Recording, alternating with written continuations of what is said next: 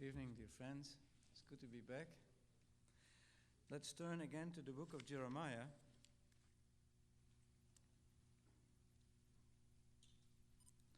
And it is chapter 39.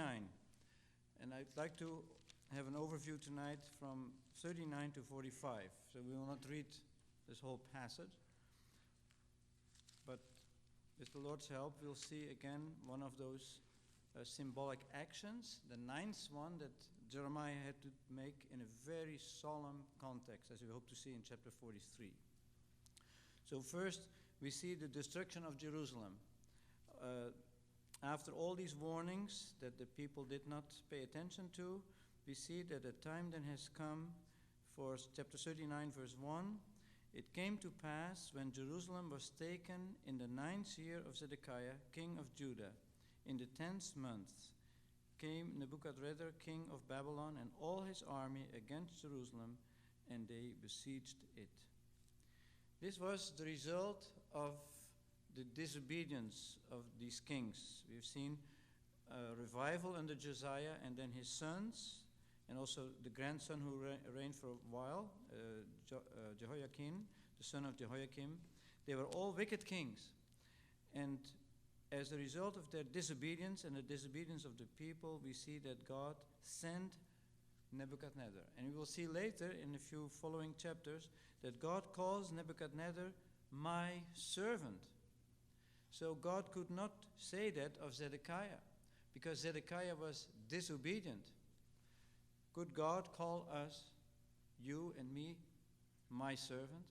It's really a term that's used for the great servant of the Lord in Isaiah. And so this was a very important function that Nebuchadnezzar has. We remember in the New Testament the expression in 2 Timothy 2 that Paul speaks about a vessel fit for the master's use. So that would be the application for us today, to be a vessel fit for the master's use. Now the report of the siege of Jerusalem we find in many scriptures. Here we have it in 39, very briefly, in the following verses. And then it's summed up in chapter 52, so maybe we will look at that the next time if the Lord allows this. You can also make a note and read the beginning of 2 Kings 25. There is also 2 Chronicles 36. There is a reference to the fall of Jerusalem in Ezekiel 24. And so here we have this solemn statement. And what terrible this must have been for Jeremiah and for the true believers among them. I think of two psalms that I just want to refer to.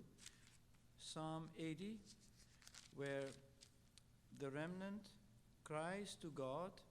They summarize the history of Israel.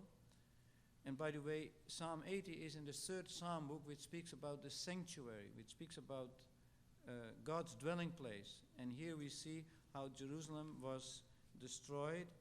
And they refer to that in verse 13. And so there is a prayer that God may come in verse 17, let thy hand be upon the man of thy right hand. That will be fulfilled in the millennium. Another reference is in Psalm 44. Of course, many references could be given, but Psalm 44 sums it up in a very remarkable way. That is in the 2nd Psalm book, where the people is under God's discipline and even away from the promised land.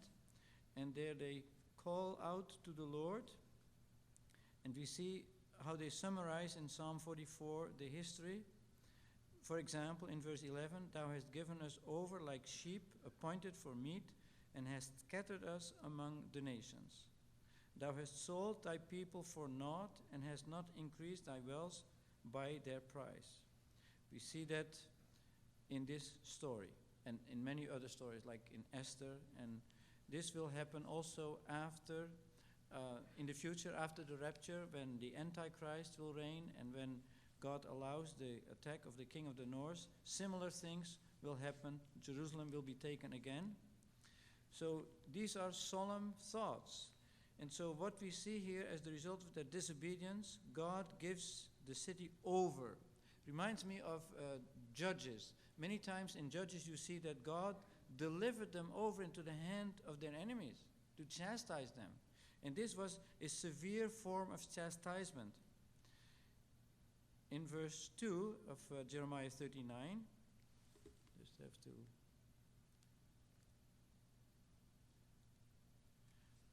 We see in the 11th year of Zedekiah, so that was a bit more than 2 years later, almost 3 years later, in the 4th month, on the 9th of the month, the city was broken into. Now, I just want to emphasize this date. This is what they call Tisha B'Av. That is the 9th of the month Av, which is usually around the end of July, beginning of August. It is remarkable that this date, this very same, not the same year of course, but the same date, the same day of the year, was the destruction of Jerusalem in the year 70 and the destruction of the temple. The same day of the year. This was the day also when in Numbers 13 and 14 the spies came back and rejected God's plan. There was a rebellion. That was the same day of the year. And we see also in history a couple of occasions where the same date, the defeat after the uprising under Bar Kokhba, that defeat was on the same day. They call it Tisha B'Av. That means the 9th of Av, the month Av. And also the total destruction that they mentioned last time of Jerusalem after that uprising under Bar Kokhba, when they had accepted a false Messiah, then Jerusalem was destroyed even more than in the year 70. And that destruction also took place on this same day. And also in the history are a few remarkable events that also are on that day. For example, the proclamation of the First Crusade, the day that the First World War started. And so there are many remarkable coincidences. The same day is a day of tremendous disaster for Israel. Now here we see then how in verse 3 it described that the Babylonians came in, the princes. I just highlight this name in the middle of verse 3, Nergal-Sharezer. He was the son-in-law of Nebuchadnezzar. And then the captain of the guard and many other high-ranking officers came in to the city. And in verse 4 we read, "It came to pass when Zedekiah the king of Judah and all the men of war saw them that they fled and went forth out of the city by night, by the way of the king's garden, by the gate between the two walls, and he went out the way of the plain." So they wanted to escape. And the army went after them, they took them, and then they brought Zedekiah to Nebuchadnezzar. At that time he was headquartered north of the land, in Riblah, the land of Hamath, that was further north. And the end of verse 5, he pronounced judgment upon him. Now notice what a solemn event in verse 6. The king of Babylon slaughtered the sons of Zedekiah in Riblah. Must have been young boys, maybe the oldest, 10, 12, 14 years old, we don't know, but he had several sons. They were slaughtered in front of his eyes. And then the king of Babylon, he put out the eyes of Zedekiah in verse 7. So the only thing that he saw in his mind all his life was this terrible event. That was the result of his own disobedience. That is God's government. And then he was bound with chains to be carried to Babylon, and there he died. And God had predicted that several times. Also in the book of Ezekiel we see that. And then in verse 8, the Chaldeans burned the king's house and the houses of the people with fire and broke down the walls of Jerusalem. So here was when the temple was also destroyed, but that's not mentioned here. That is mentioned in detail in chapter 52. Here is just the city and the walls.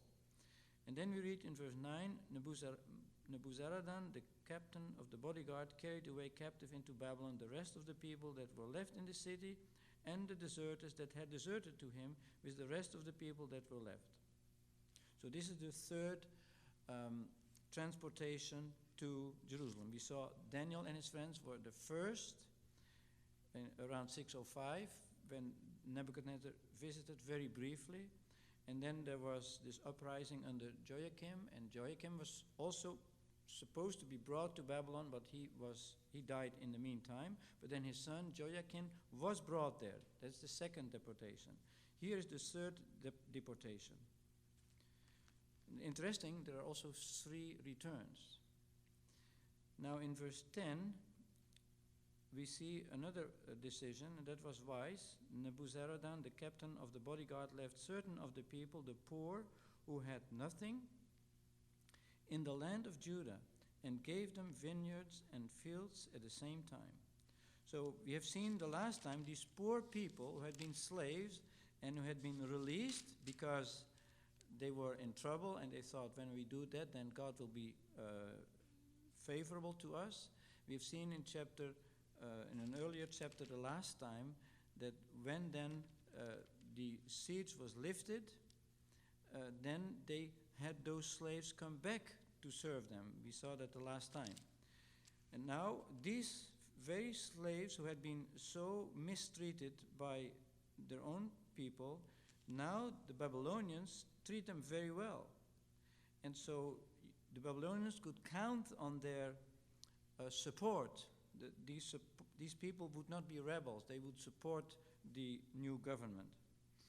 And then in verse 11, Nebuchadnezzar, king of Babylon, had given charge concerning Jeremiah. So now there's a special note about Jeremiah, and instructions even given by Nebuchadnezzar to this high-ranking officer to take Jeremiah and keep an eye on him and do him no harm, but do unto him as he shall say unto thee. So that was Nebuchadnezzar's own instructions. Of course, Nebuchadnezzar had heard about Jeremiah. We talked about that another time also. And then in verse 14, even they sent and took Jeremiah out of the court of the guard and committed him to Gedaliah. Gedaliah was the new governor. And we have seen the last time that Gedaliah was of a family of godly Jews. His grandfather, Shaphan, was under the recovery, the revival under Josiah, King Josiah, a very high-ranking officer under Josiah. And his son was a high-ranking officer under this wicked king, Jehoiakim. We've seen the last time in chapter 36. And now his son, so that is the grandson of Shaphan, was the new governor. And we have mentioned the last time that God used even those few faithful Jews as a testimony among the people. We saw that in chapter 36, verse 11. That was way back. That was under Jehoiakim's reign. Micah, the son of Gemariah, the son of Shaphan, heard out of the book all the words of Jehovah. And then we talked about these 3 generations of faithful Jews.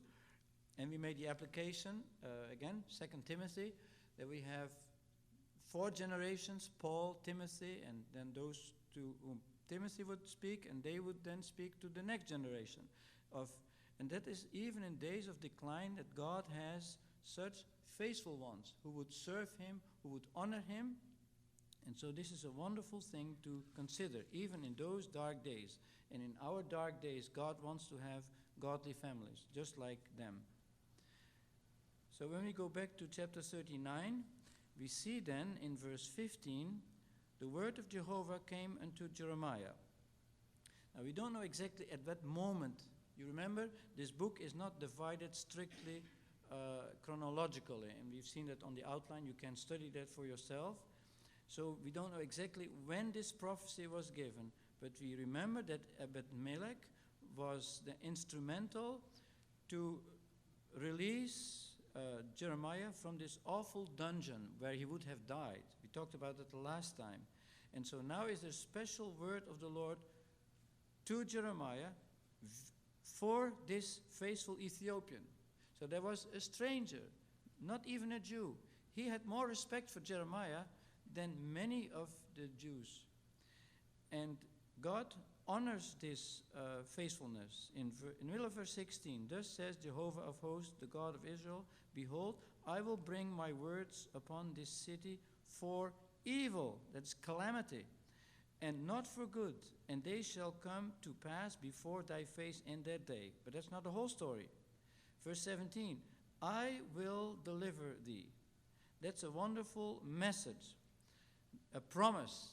God had given that promise, you remember, to Jeremiah in chapter 1, that God would deliver him. If Jeremiah would be faithful, God would deliver him. We'll see, Lord willing, at the end of this evening, of this session, in chapter 45, the same promise also to Baruch. And verse 17 goes on to say, thou shalt not be given into the hand of the man of whom thou art afraid. Those high-ranking officers under Zedekiah were evil men. And we have seen how even Zedekiah was not able to control them. He was afraid of them. And so how much more here, Ebed-Melech would be afraid of these men. But the promise is that God would deliver him out of their hand. And so he had been faithful in this rescue of Jeremiah, and God was going to honor this and reward him for this. Verse 18, for I will certainly save thee, and thou shalt not fall by the sword, but thou shalt have thy life for a prey. So probably this promise was given before the destruction of Jerusalem, shortly after this action of Ebed-Melech. The key is, at the end of verse 18, for thou hast put thy confidence in me, says Jehovah. This is the secret.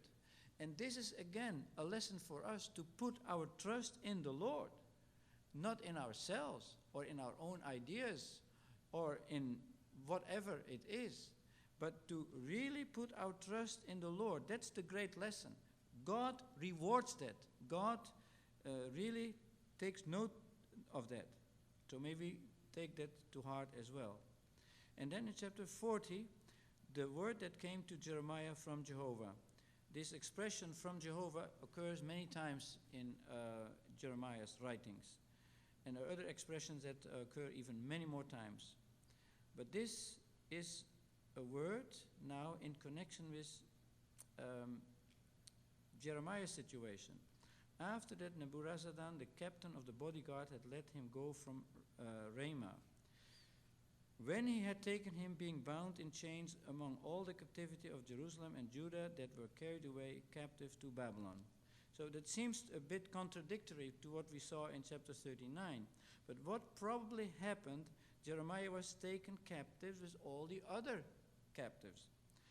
But then when he was brought to Ramah, then this high officer that we saw in chapter 39 took note of Jeremiah, and then this took place, what we have read in chapter 39. So he let him go, and we have more details then in the next following verses. So again, this shows Jeremiah is not always in exact chronological order. We have to keep that in mind.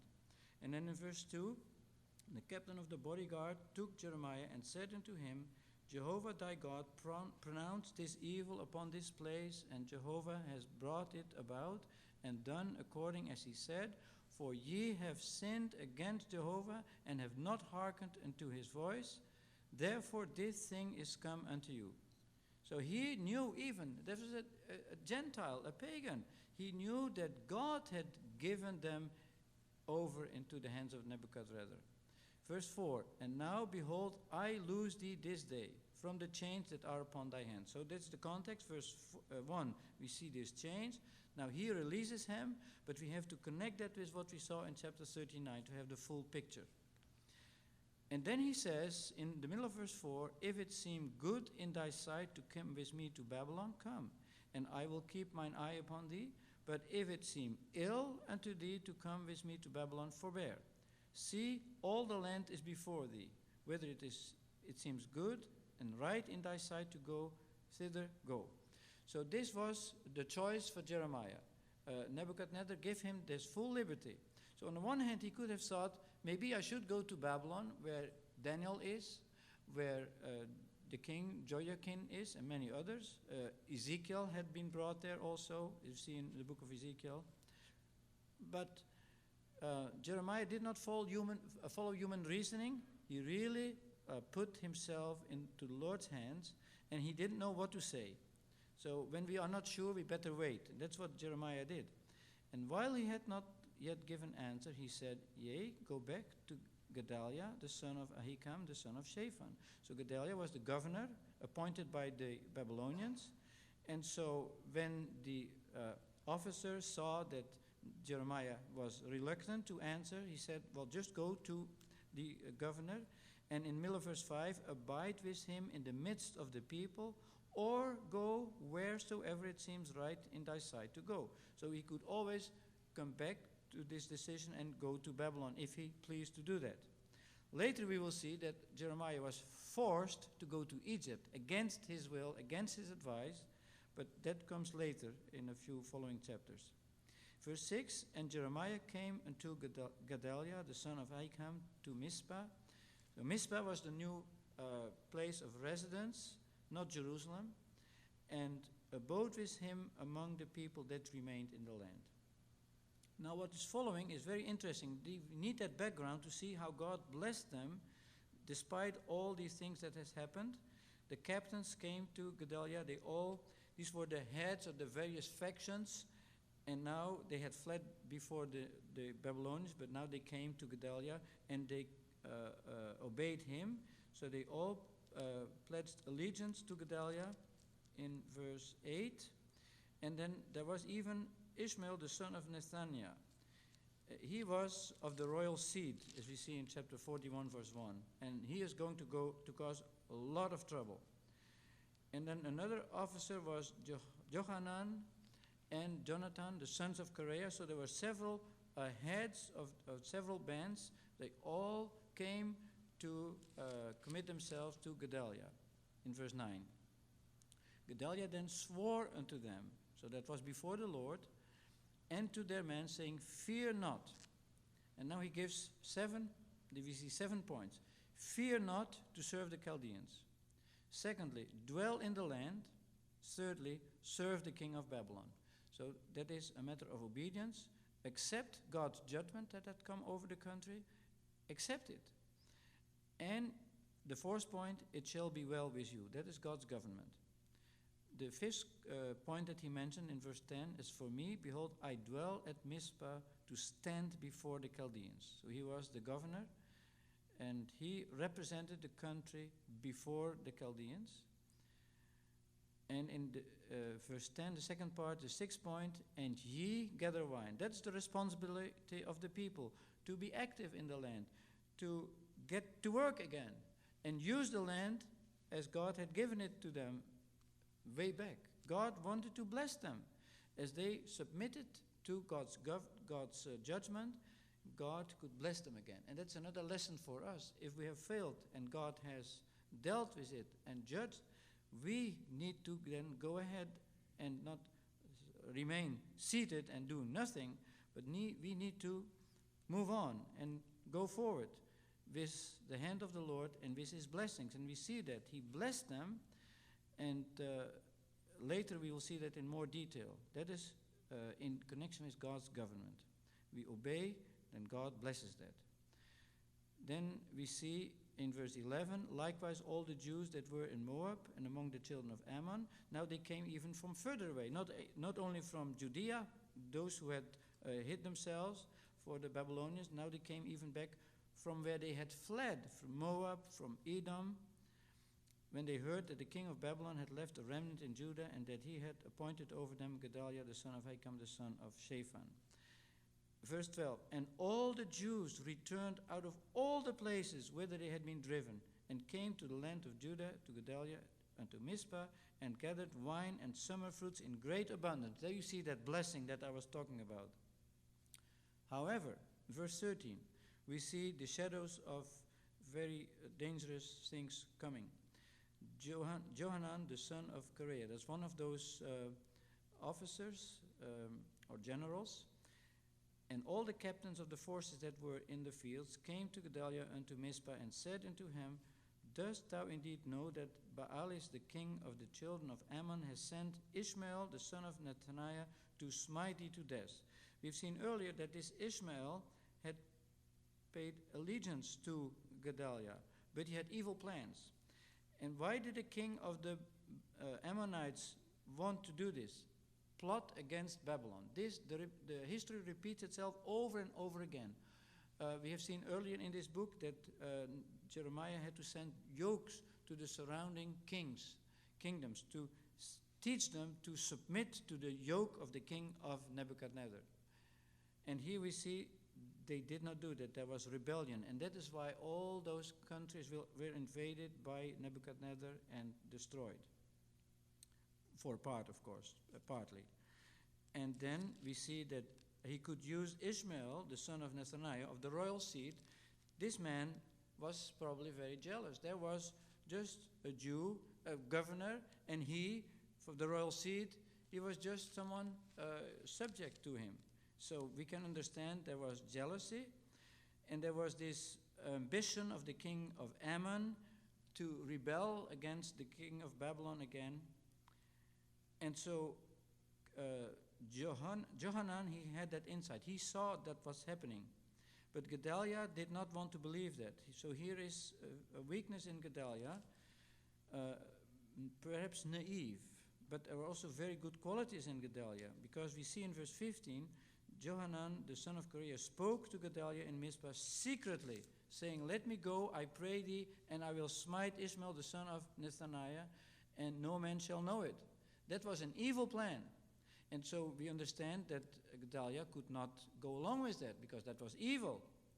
However, Gedaliah should have taken precautions. In verse 16 we see, Gedaliah, the son of Ahikam, said unto Johanan, the son of Kareah, "Thou shalt not do this thing." That's fine, that's correct. But he should have taken precaution that this could not have happened. And now what we see then in verse 41, in chapter 41, it came to pass in the 7th month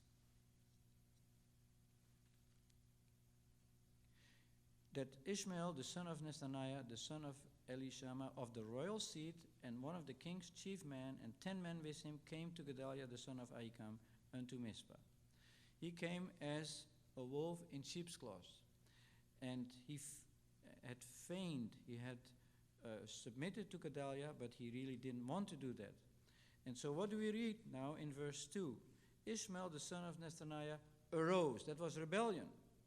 And the 10 men that were with him. Secondly, they smote Gedaliah, the son of Ahikam, the son of Shaphan, with the sword, and killed him, whom the king of Babylon had appointed over the land. Thirdly, in verse 3, and Ishmael smote all the Jews that were with him, with Gedaliah at Mizpah. Fourthly, the Chaldeans that were found there, the men of war. So even the Chaldeans were killed by this evil man.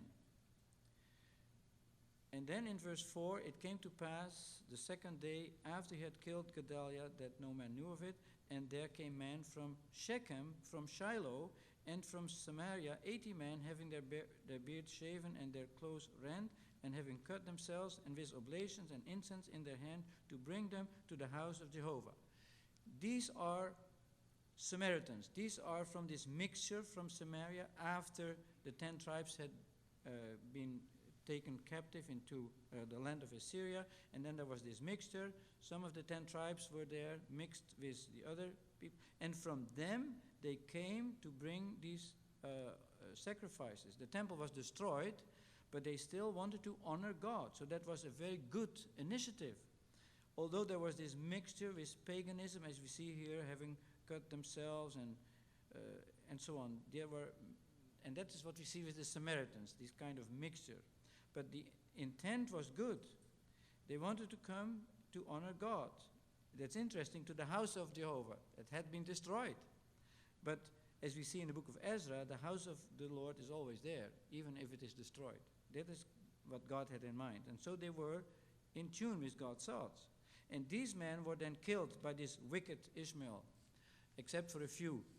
We see then in verse 7 that he slew them. That's the 5th point of his uprising. He slew those worshippers and cast them in a pit. And that was a stupid thing to do, because the pit was a cistern, as we see in verse 9. And so to put dead people there, that would spoil the water supplies, was a very wicked and evil and also stupid thing. But that was the 6th thing, really, in verse 9, what he did. He cast them there, all the dead bodies. And then in verse 10, we have the 7th point that he did. He carried all captive, So all those Jews who were left there were now taken captive by this Ishmael. And there's a whole list given in verse 10, even the king's daughters and all the people that remained in Mizpah, whom Nebuzaradan, the captain of the bodyguard, had committed to Gedaliah the son of Ahikam. Ishmael the son of Nethaniah carried them away captive and departed to go over to the children of Ammon. That's a very sad picture. Now we see Johanan, of course, who had warned the governor against this evil man. Now Johanan takes action. And as I mentioned earlier, Johanan was not a godly man. He had good insight. But what's going to happen now? He is going to lead them to Egypt. From verse 11 on, we see the details. Verse 12, they took all the men and went to fight with Ishmael, the son of Nethaniah. In verse 13, and it came to pass when all the people that were with Ishmael saw Johanan, the son of Kareah, and all the captains of the forces that were with him, then they were glad. And all the people that Ishmael had carried away captive from Mizpah turned about and came back and went to Johanan, the son of Kareah. But Ishmael, the son of Nethaniah, escaped from Johanan with 8 men and went to the children of Ammon. Verse 16, then Johanan, the son of Kareah, and all the captains of the forces that were with him took all the remnant of the people whom he had recovered from Ishmael, the son of Nethaniah. So he brought them all back. Now they did not go back to Mizpah. You know what we see in verse 17? They went to Gerut Kimham. Kimham means something like their longing, but this was a place where was like an inn, or several inns probably, on the way to Egypt, which is by Bethlehem, to go to enter to Egypt. That was the plan. So they had a predetermined plan to go to Egypt. That was Johanan's plan, but that was not God's plan. And so what do we see now? They ask for prayer in chapter 42. It's summarized there. They all come to Jeremiah, the prophet. He had stayed there with Gedaliah, as we've seen earlier, and now they ask to pray for them. Our supplication come before thee, and pray for us unto Jehovah thy God for all this remnant, for we are left a few of many, as thine eyes do behold us. This sounds very good, verse 3, that Jehovah thy God may show us the way wherein we should walk. So this was a good prayer. But he was not willing to go to walk that path. He had already a plan, prefixed, prearranged. Now that's another lesson. Sometimes we do exactly the same thing. We have made up our mind, we have made our plans, and then, oh yeah, we have to ask the Lord. So we just have a prayer. But that is just a form of piety. It is not pious at all. God was excluded from the beginning, and now we want to get him included and to bless our plans. That's more or less the situation. And that can happen to us very easily. But then in verse 4, Jeremiah the prophet said unto them, I have heard, behold, I will pray unto Jehovah. So here is the intercessor. Another example, Jeremiah is a great intercessor. We've seen it many times.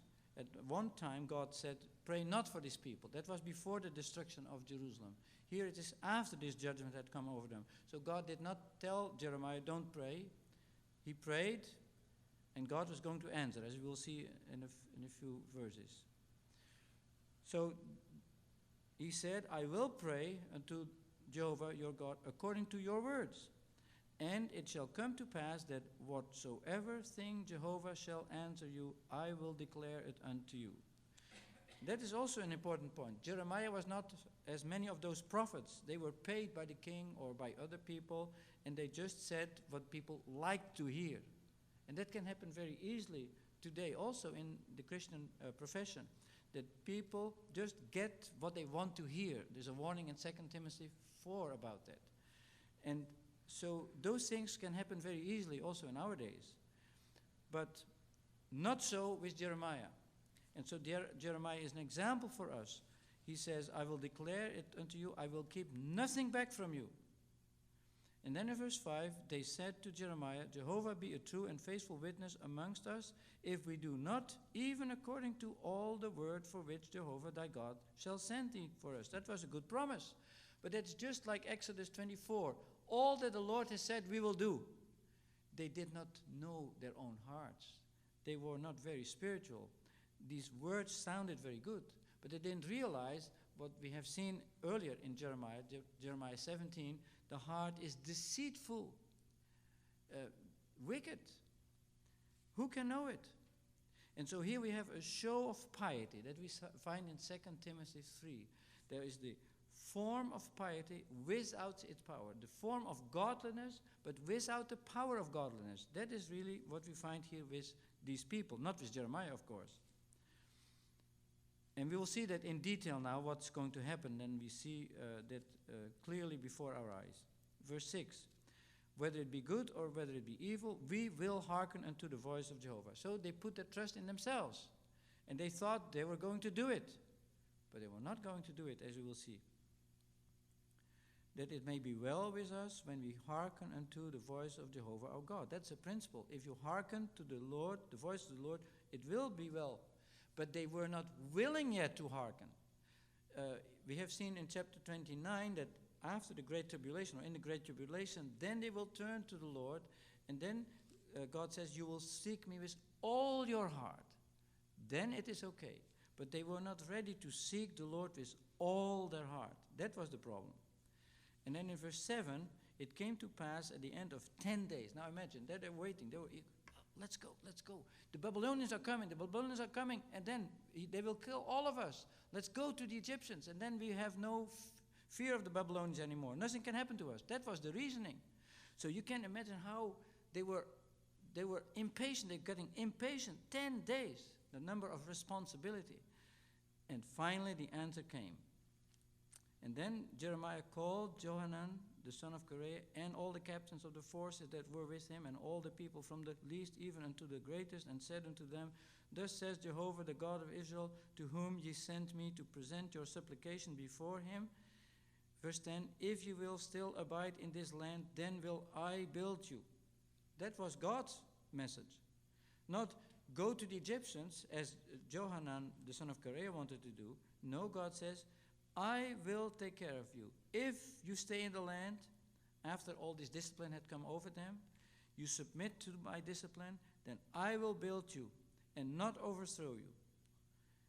I will plant you and not pluck you out, for I repent me of the evil that I have done unto you. That is, God's government had been the judgment had been executed, and that was sufficient. In verse 11, the fourth point, be not afraid of the king of Babylon, of whom ye are afraid.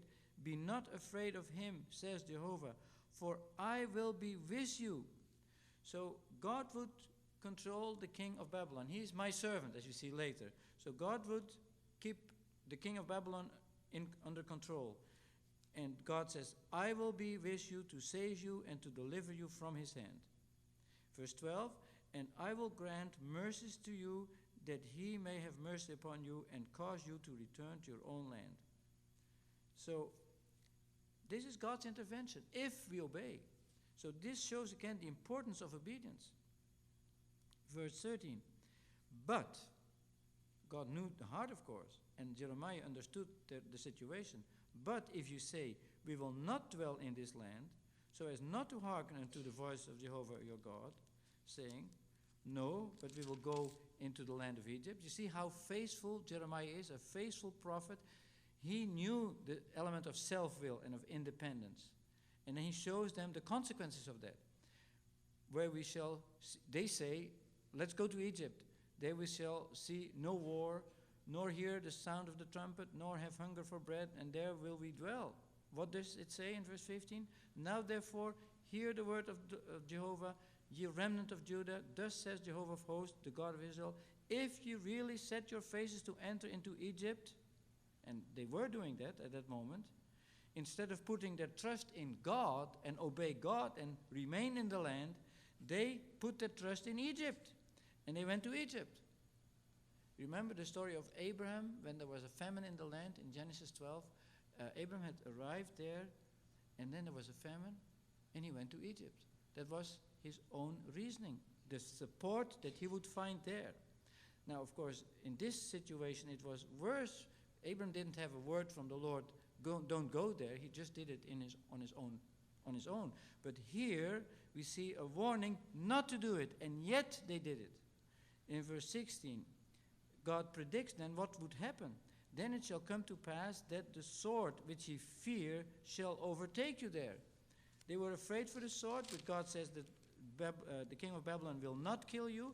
But if you go to Egypt, then that sword will come, and he will overtake you there in the land of Egypt. And the famine where you were afraid of shall follow hard after you there in Egypt. And there ye shall die. Verse 17, and it shall be that all the men that have set their faces to go into Egypt to sojourn there shall die by the sword, by the famine, by the pestilence. These are the three judgments that we have seen many times in this book. This would come over them because they have set their faces to go into Egypt. That was rebellion. See, in Numbers 14, they wanted to go back to Egypt. That was rebellion.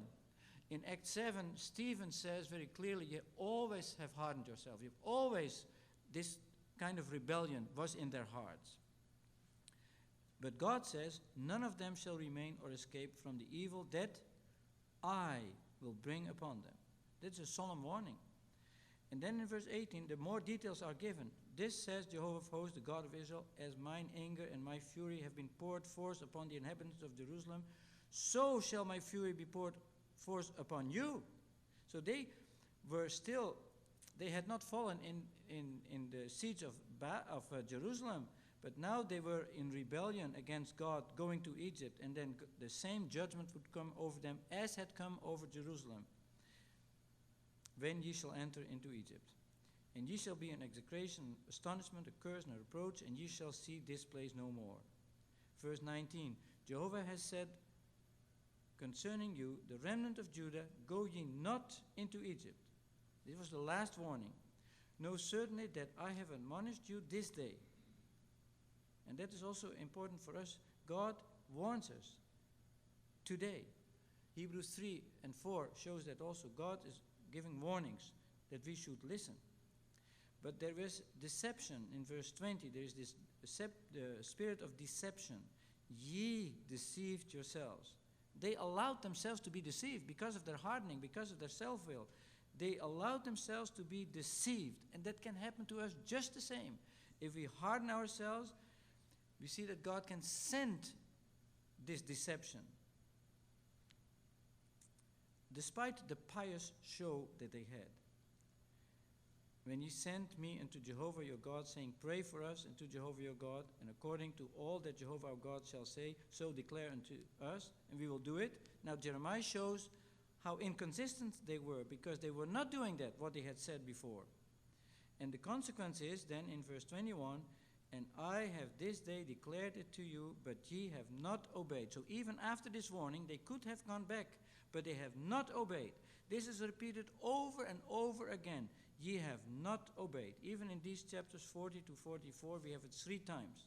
What a contrast with the Rechabites. You remember the last object lesson, or the symbolic action that we saw with the Rechabites. The point was, those Rechabites had obeyed the commandments of their forefather. And that was a lesson for Israel to obey the voice of the Lord. But they didn't obey. And here again we see this in all details. They had hardened themselves. They did not want to obey. From the beginning to the end of the book of Jeremiah, we see that. And that's the history of the church. And that is the history of the flesh in us. The flesh does not want to obey. So we need to judge ourselves so that we are able to obey God's voice. Now, they went on in verse 22. But God says, know certainly that ye shall die by the sword, by the famine, the pestilence, in the place whither you desire to go. Chimham is desire. They wanted their desire realized, but it implied judgment. Now in chapter 43 we see more explanation of this. Very briefly, we see then these were proud men. You see in the middle of verse 2, that is the character they had. Proud men. That's why I said they were acting in rebellion, in self-will. And they accused Jeremiah that he had spoken falsely. The Lord has not sent you, but Baruch has incited you against us. And then in verse 4, it's summarized, they hearkened not to the voice of Jehovah. This repeats itself over and over again in Israel's history. And so we see then that Jeremiah is taken with them. In the middle of verse 6, Jeremiah the prophet and Baruch the son of Neriah, and they came into the land of Egypt. So all those people were taken to Egypt, for they hearkened not to the voice of the Lord. That is repeated again. We don't have time. There are many references in the Psalms and other places where we see this kind of rebellion and disobedience. Now comes the 9th symbolic action. As you see on the sheet, the 9th symbolic action is this, what we have now in verse 8 and 9. Jeremiah took great stones, that is God's command, and to hide these stones in the clay that was at the entry of Pharaoh's house. That was not Pharaoh's residence, but probably one of his government buildings there, close to Cairo, and in the sight of the Jews. So this was to be a very important lesson. We have seen that these lessons were always in the sight of them. Public action, like with the Rechabites, was a public lesson. This is another public lesson. And what is then the meaning of this? Verse 10, say unto them, thus says Jehovah of hosts, the God of Israel, behold, I will send and take Nebuchadnezzar, the king of Babylon, my servant. There's the expression that I mentioned earlier. God's going to use this pagan king that he would carry out God's plan, God's judgment that would come over them. And just a little side note, in Habakkuk, we find this problem that Habakkuk was so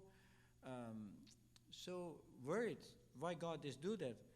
His people had rebelled, and now God sends a wicked nation, much more wicked than the people were.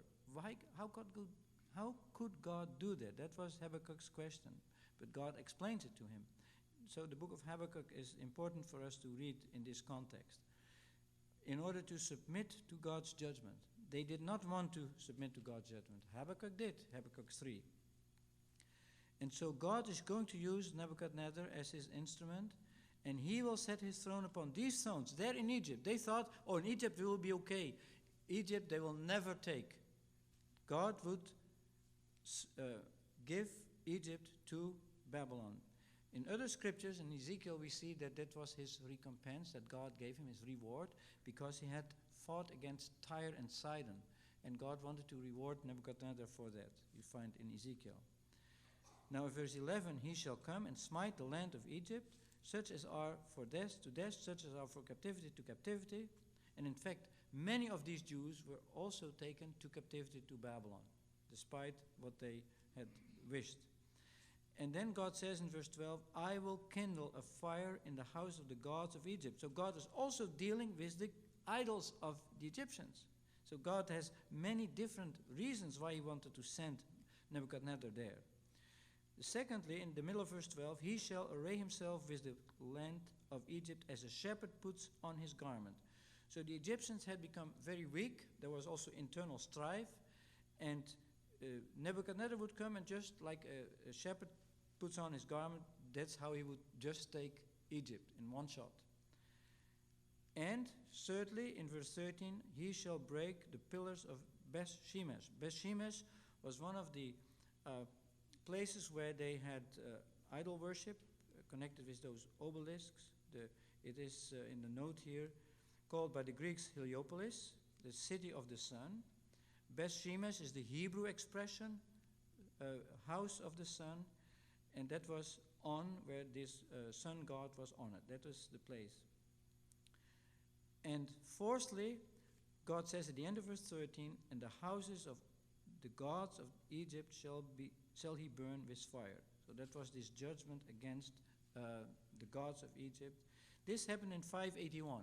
So this is 5 years after the destruction of Jerusalem. And now Nebuchadnezzar would take This was predicted here, and this was realized in the year 581 before Christ. Now we come to chapter 44, because we have to see the whole picture. The word that came to Jeremiah concerning all the Jews who dwelt in the land of Egypt, who dwelt at Migdal, and at Tachpanhes, and at Noph, and in the country of Patros, saying, Thus says Jehovah of hosts. Many times this is repeated in the book of Jeremiah. Ye have seen all the evil that I have brought upon Jerusalem and upon all the cities and of Judah, and behold, they are this day a waste, and no man dwells therein, because of their wickedness. So now God is speaking to those Jews in Egypt and reminds them what has happened to the Jews in Israel, and in Jerusalem in particular, because of their wickedness which they have committed to provoke me to anger, in that they went to burn incense to serve other gods which they knew not. In Ezekiel 8, we see that they even did that in the temple in Jerusalem. They were doing these wicked things, many wicked idolatries, forms of idolatries, and this provocation took place there, even in the temple. And that is why God had given the temple and Jerusalem over into the hand of Nebuchadnezzar. That was his judgment, because they had provoked him. This is described in many Psalms, Psalm 78, Psalm 106, and also in Isaiah and many other places. So this provocation caused God to come in judgment.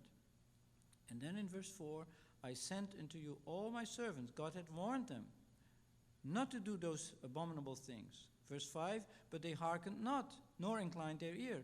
So this the Lord is saying as a warning to those who are now in Egypt. You better listen.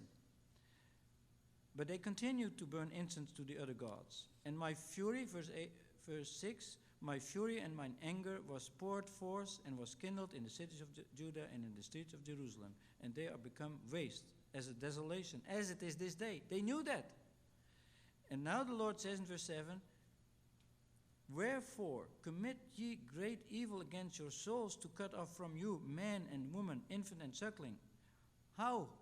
Because of their disobedience, God would send Nebuchadnezzar after them, and they would be killed. That was their own fault.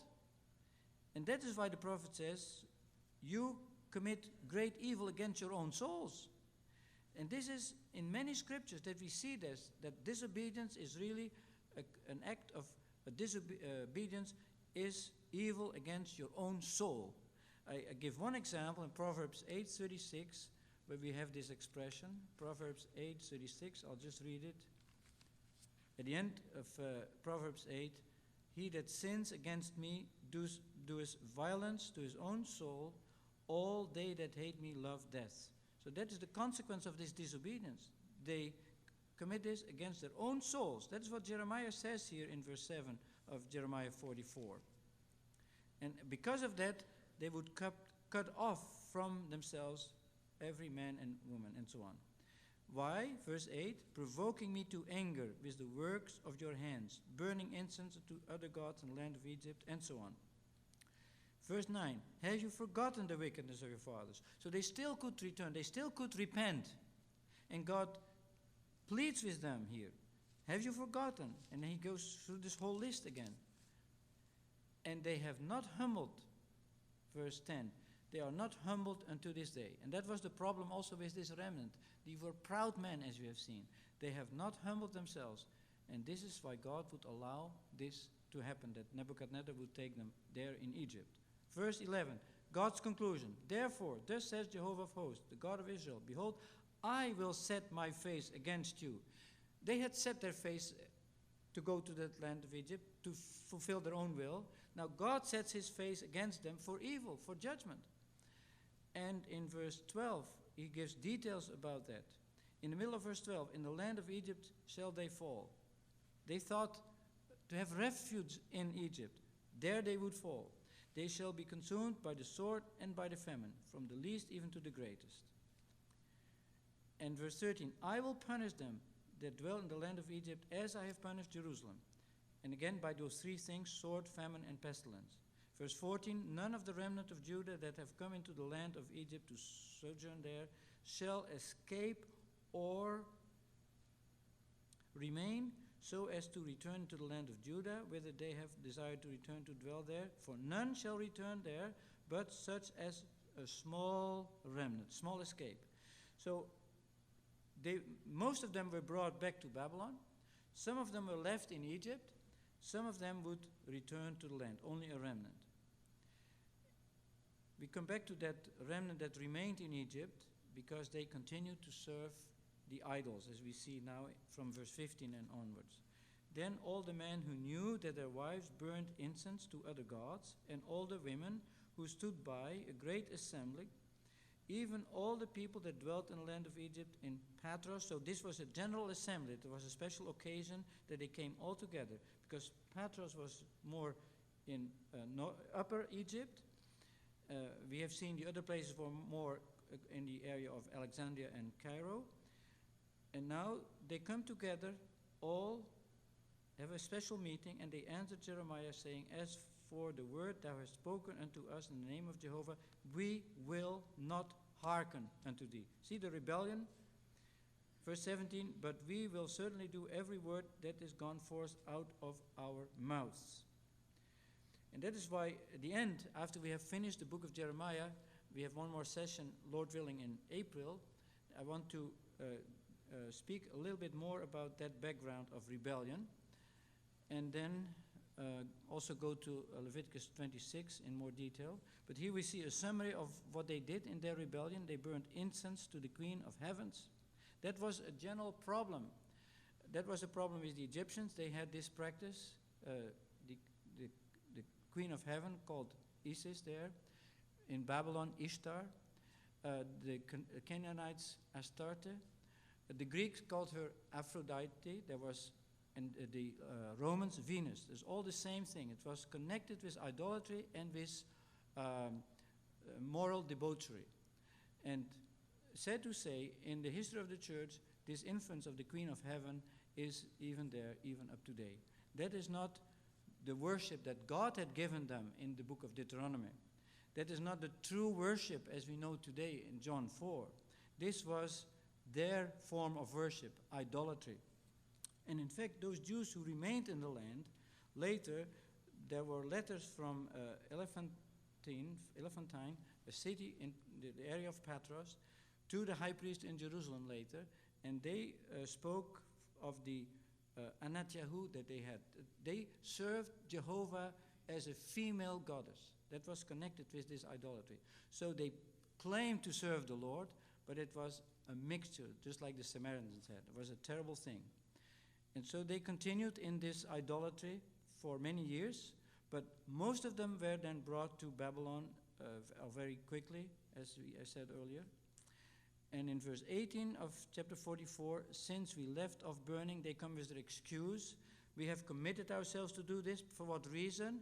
Because when we left off doing this, then all this trouble came over us.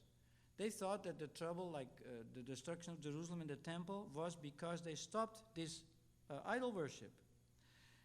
And in verse 19, when we burned incense to the Queen of the Heavens and poured out drink offerings, did we make her cakes to portray her and pour out drink offerings to her without our husbands? Here we see how the women took the initiative, but they had the approval of the husbands. And I come back to that in verse 25 in a moment. So we'll just follow the text here. Verse 20, Jeremiah starts to answer. You see, God's patience, even this rebellious spirit, God gives an answer. God shows very clearly, these are my thoughts, but you don't want to listen. In verse 21, is it not the incense that you burnt in the cities of Judah and in the streets of Jerusalem, ye and your fathers, your kings and your princes and the people of the land, that Jehovah remembered and that came into his mind? Jehovah could not longer bear because of the evil of your doings and because of the abominations that ye have committed. Abominations equals idolatry. And your land is become a waste because of that, God's judgment. Now the land has become a waste and a curse without inhabitants. Verse 23, because you have burnt incense, because you have sinned against Jehovah, and have not hearkened unto the voice of Jehovah, nor walked in his law, nor in his statutes, nor in his testimonies, as God had given through Moses and through the prophets. Therefore this evil has come upon you as it is this day. And verse 24, Jeremiah said unto all the people and to all the women, hear ye the word of Jehovah, all Judah that are in the land of Egypt. Thus says Jehovah of hosts, the God of Israel, saying, Ye and your wives have both spoken with your mouths and fulfilled with your hands, saying, we will certainly perform our vows, which we have vowed. Now, according to the law of Moses, we have seen earlier, it was the women who took the charge, but they did it with the approval of their husbands. Now, in Numbers 30, you have the law that if a woman would make a vow, the husband could annul it if he saw that was not right before God. But here we see that the husband did not annul these vows. They approved this, so they worked together in this idolatry. But as we find with Eve in the Garden of Eden, Eve was used by Satan to influence her husband, that he would transgress. So the man had a greater responsibility. They transgressed. They had a greater responsibility. But we see the women were the instrument used by the enemy for this seduction and for this idolatry. God does not hate women. Satan hates the women. He hates the women because God had said, the seed of the woman. That was the Messiah coming from the seed of the woman. And that is why Satan hates the women. That is why he wants to use them for these purposes. God honors women. And so this is important also in our days, to honor true women according to God's thoughts, and that they may be women of God. We have an expression in New Testament, in Timothy, man of God. And this applies to brothers and sisters, to men and women, to be man of God. Just like the expression sons of God applies to brothers and sisters.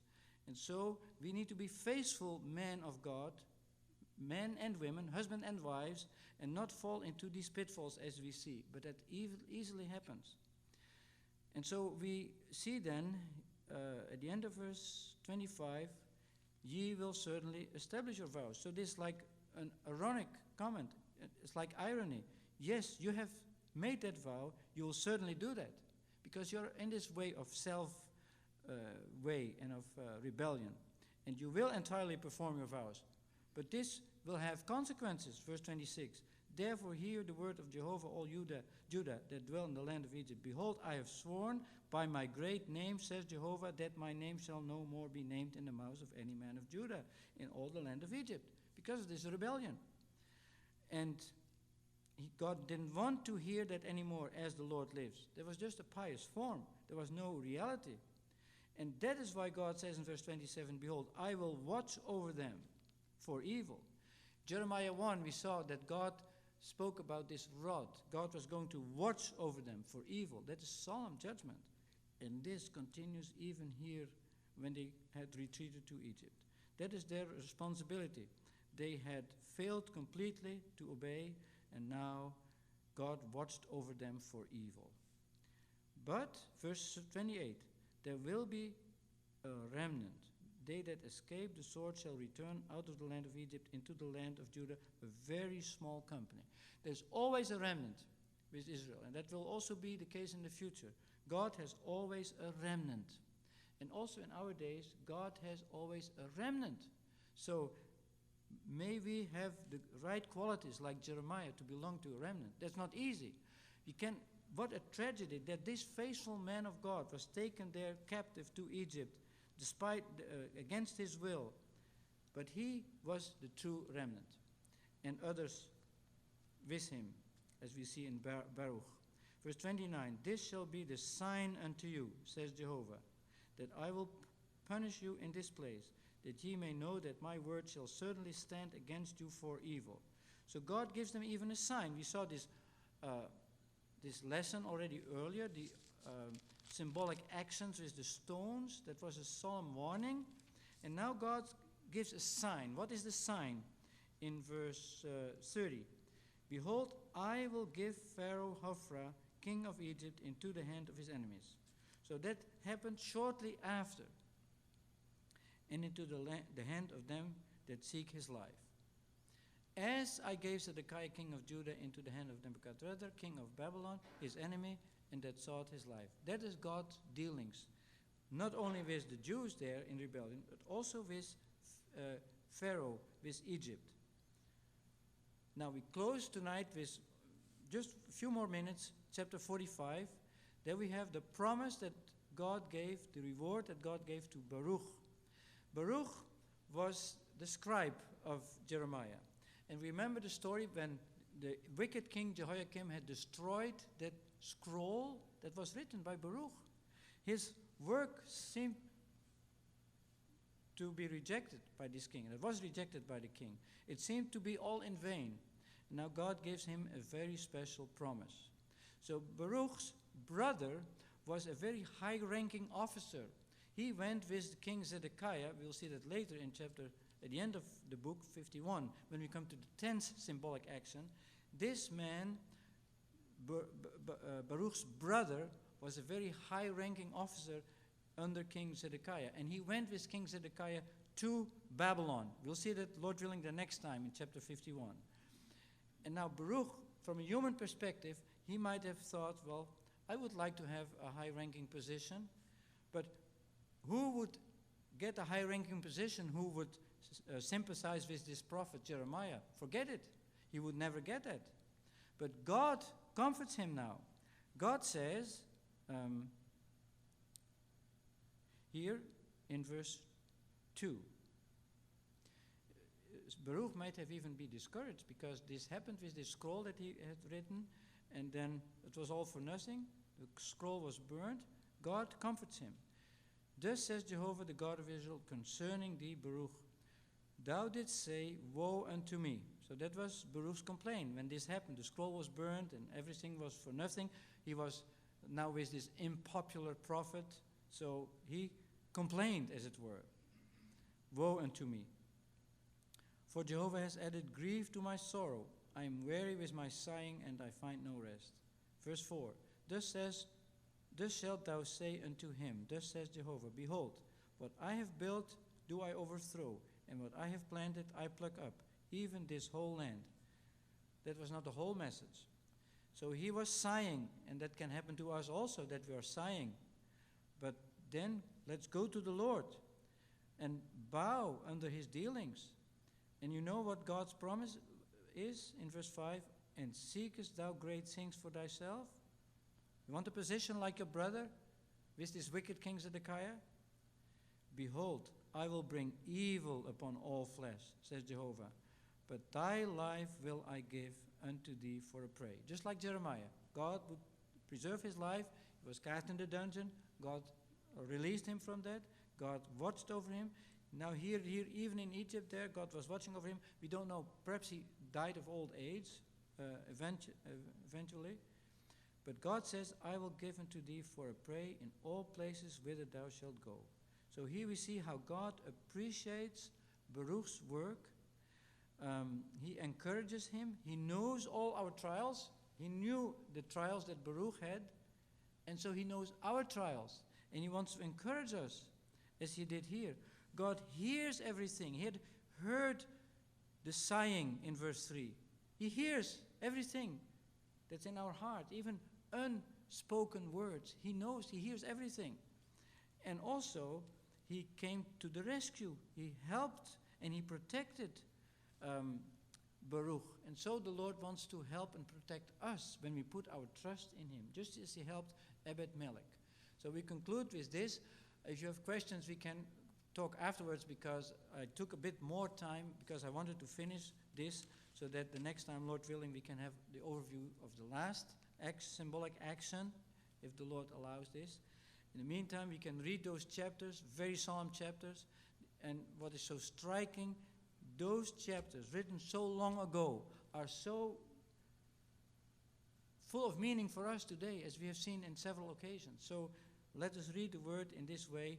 It's teaching us many lessons, even today. May the Lord bless his word. Amen.